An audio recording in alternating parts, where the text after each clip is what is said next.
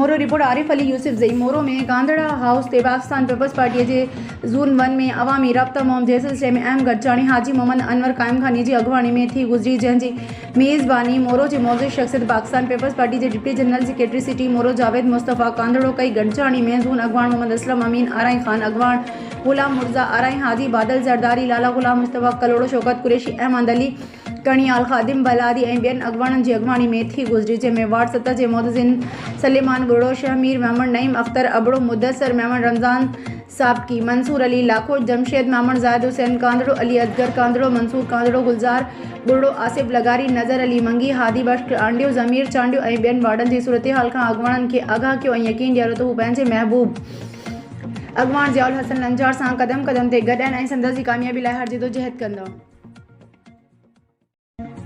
Bureau chief ज़िला दादू साहब खान हालो report मुताबिक़ दादू में अर्सिन प्रेस क्लब जे साल 2023-2024 जी बाडी मुतफ़िक़ राय सां चूंडी वई, जंहिंमें हेठियां उहिदेदार ऐं मेंबर चूंडिया विया। कार्रवाई आजिज़ असगर सोढर पारां हलाई वई। गॾिजाणी जी शुरूआत तिलावत कलाम पाक सां कई वई।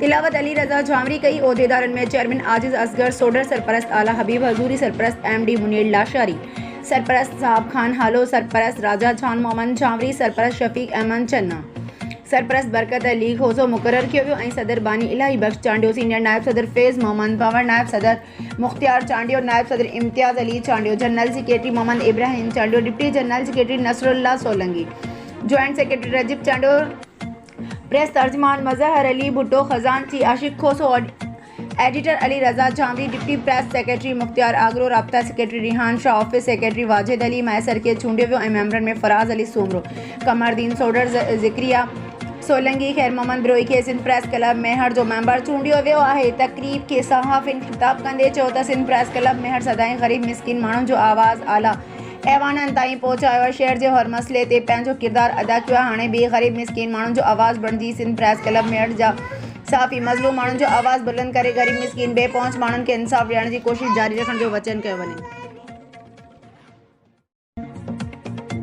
रिपोर्ट फैज़ सूमरो ठुल शहर के भरचूंडी मोहल्ले में ॿिन्हिनि जहाननि के सरदार हज़रत मोहम्मद मुस्तफ़ा के सिलसिले में महफ़िल जश्न मीलाद प्रोग्राम मदरसा भरचूंडी ठुल में मुनक़द किया वियो, जिनकी ज़ेर सदारत हज़रत पीर अब्दुल खालिक कादरी भरचूंडी कई। ख़ास मेहमाननि में सैद अली असगर शाह, सरदार ज़ुल्फ़िकार खान सरकी, डॉक्टर सोहराब खान सरकी ऐं मोहम्मद यूसुफ खोसो ऐं ॿिया हुआ।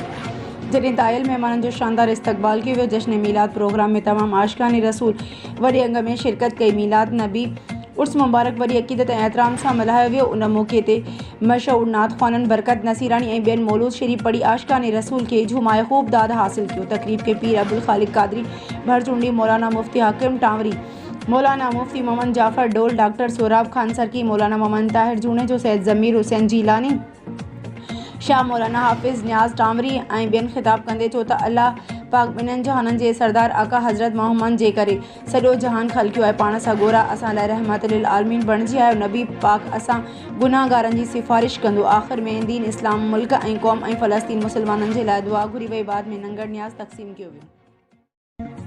ज़िले दादू साहब खान हालो जी रिपोर्ट मुताबिक़ मेहर में म्यूनसिपल कमेटी जे मकानी इलेक्शन गुज़रण खां पोइ PTI अगवान ऐं चूंडियल काउंसलर नियाज़ बोड़ो तरफ़ां PP अगवान इम्तियाज़ अली पाशा बुट खे कसम खणी मौतमार धमकियूं ॾियण ते PP अगवान इम्तियाज़ अली पाशा खान बुट मेहर जी अदालत में नियाज़ अली बोड़ो मथां दहशतगर्दी जा 4 केस दाख़िल कराए छॾिया हुआ, जेकी केस अदालत में हलंदड़ हुआ। अचानक कुछ ॾींहं अॻु PP अगवान इम्तियाज़ अली पाशा खान बुट ओचितो केस तां हथ खणण दरख़्वास्त अदालत में दाख़िल कराई हुई, जेका अॼु अदालत PTI अगवान नियाज़ बुर्डे जे वकीलनि जा दलील ॿुधण बाद अदालत केस ख़त्म करे PTI अगवान नियाज़ अली बुर्डो, डॉक्टर अब्बास महसर समेत सभिनी खे केसनि मां मेहर जी अदालत बाइज़त बरी करे छॾियो। मीरपुर ख़ास ब्यूरो चीफ सूमार समेजो झलोरी जेमसाबाद काशेलो देगरा टंडो ॼाम मोहम्मद झडो नाई कोट नेबसर रोड कुनरी सामारो रोड ही उन्हनि शहरनि जा नाला आहिनि जिन में कचेलो खां सवाइ हर स्टेशन ते मीटर गेज जूं सुठियूं आबादियूं ऐं कपाह जा कारखाना हूंदा हुआ। अॻु हू माण्हुनि खे रोज़गार हो। कचेलो जा अंब अॼु बि दुनिया में मशहूरु आहिनि। उन ई हिसे ते एशिया जी वॾी मिर्च जी बाज़ार आहे, जितां दुनिया जे मुख़्तलिफ़ मुल्कनि में विकिरो थींदी आहे। 1980 ताईं असांखे यादि आहे मीटर गेज सेक्शन चङी रीति हलंदी रही, पोइ ख़बर न आहे कंहिंजो ध्यानु ॾिनो। उहो सेक्शन आहिस्ते आहिस्ते वीरान थींदो वियो।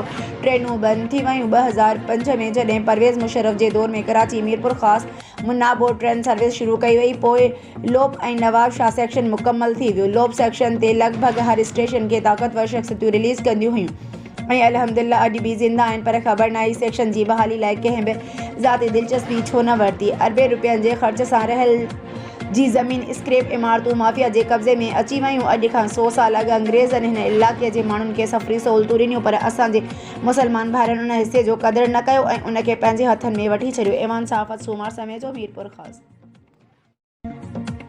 घोटकी डिस्ट्रिक्ट रिपोर्टर मोहम्मद मलूक भुट्टो घोटकी लग कादिरपुर जे भुट्टा मोहल्ले जे रहवासियुनि भुट्टा बिरादरीअ जो पाण में ज़मीन जे बनीअ तां झेड़ो। हिकु नौजवान अब्दुल रहमान वल्द हाजी शफ़ीक अहमद भुट्टो सख़्त ज़ख़्मी बेहोश खेसि वारस तालका अस्पताल घोटकी खणाया आया। संदसि वारसनि जो चवणु हो त जवाबदार अल्लाह ॾिनो भुट्टो अब्दुल रऊफ़ जावेद अली फारूक मुर्तज़ा भुट्टो ऐं ॿियनि हमिलो करे असांजे नौजवान खे ज़ख़्मी कयो आहे।